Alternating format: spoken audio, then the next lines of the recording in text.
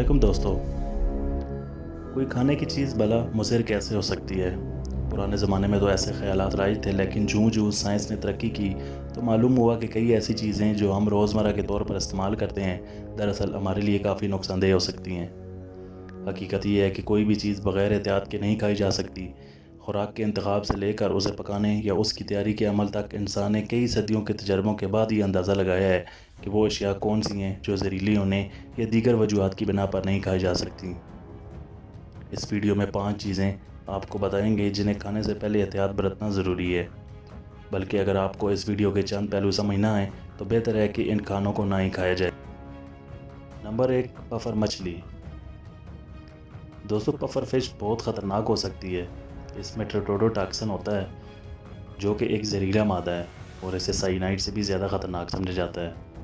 تاہم ان مضر اثرات کے باوجود پفر فش کو کچھ ممالک میں ایک نفیس غذا سمجھا جاتا ہے۔ جاپان میں فوگو، جو کہ تیار کی گئی پفر مچھلی کا ہی نام ہے، کو اکثر کچا یا سوپ میں پیش کیا جاتا ہے۔ شیف کو کئی برسوں کی انتھک تربیت کے بعد ہی مچھلی تیار کر کے گاہکوں کو پیش کرنے کی اجازت ملتی ہے۔ اس ڈش کی تیاری میں سب سے عام پہلو یہ ہے کہ جب فوگو پلیٹ تک پہنچے تو اس کے سارے زہریلے حصے بشمول دماغ، جلد، آنکھیں، جگر اور انتڑیاں نکال دی گئی ہوں۔ نمبر 2، کاسو مارزو پنیر۔ اس خوراک کو جو بات منفرد بناتی ہے وہ اس کے اندر ہی چھپی ہوئی ہے، یعنی اس کے اندر کیڑے پڑے ہوتے ہیں۔ ممکن ہے کہ اس تصویر کو دیکھ کر آپ کی بھوک مر جائے، لیکن اٹلی کے علاقے سارڈینیا میں بننے والے اس پنیر کی دنیا میں بہت مداح ہیں۔ کاسو مارزو پنیر میں مکھی کے لاروا کو ڈال کر بنایا جاتا ہے۔ وقت کے ساتھ ساتھ چھوٹے کیڑے پنیر کو نرم کر دیتے ہیں۔ جب اسے کھانے کے لیے پیش کیا جاتا ہے تو مرکز میں اس کی ثقافت تقریباً مایا جیسی ہو جاتی ہے۔ اکثر کہا جاتا ہے کہ اس کا ذائقہ گورگونزولا پنیر جیسا ہوتا ہے، جس میں لاروے کے فضلے کا بھی آتا ہے۔ اس کا ذائقہ چکھنے سے پہلے چند چیزوں کا خیال رکھنا ضروری ہے۔ پہلے تو یہ کہ یہ آسانی سے نہیں ملتی۔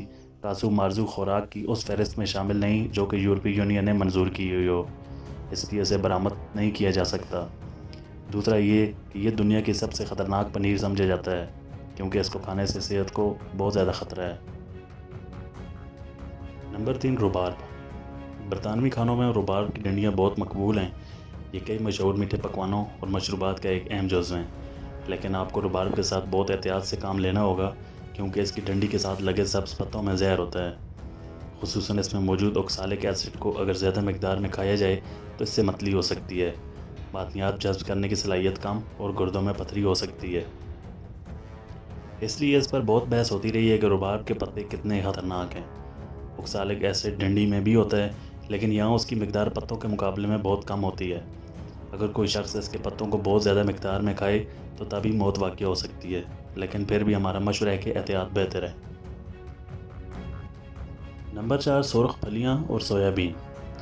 عموماً یہ سمجھا جاتا ہے کہ پھلیاں اور دالیں صحت کے لیے اچھی ہیں، لیکن ان کی کچھ اقسام ایسی بھی ہیں جنہیں اگر مناسب طریقے سے نہ پکایا جائے تو یہ آپ کو بیمار کر سکتی ہیں۔ سرخ پھلیاں اور سویابین اس زمرے میں آتی ہیں کہ ان کا مثبت پہلو یہ ہے کہ ان میں بہت زیادہ لحمیات، فائبر، وٹامنز اور معدنیات ہوتی ہیں۔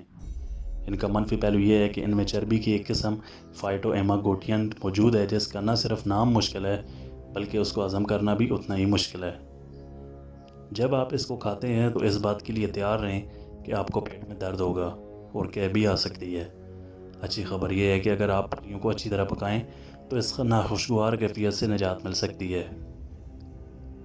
سرخ پھلیوں کی طرح سویابین بھی پروٹین یعنی لحمیات سے بھری ہوتی ہیں۔ ان میں اینٹی آکسیڈنٹس بھی موجود ہوتے ہیں۔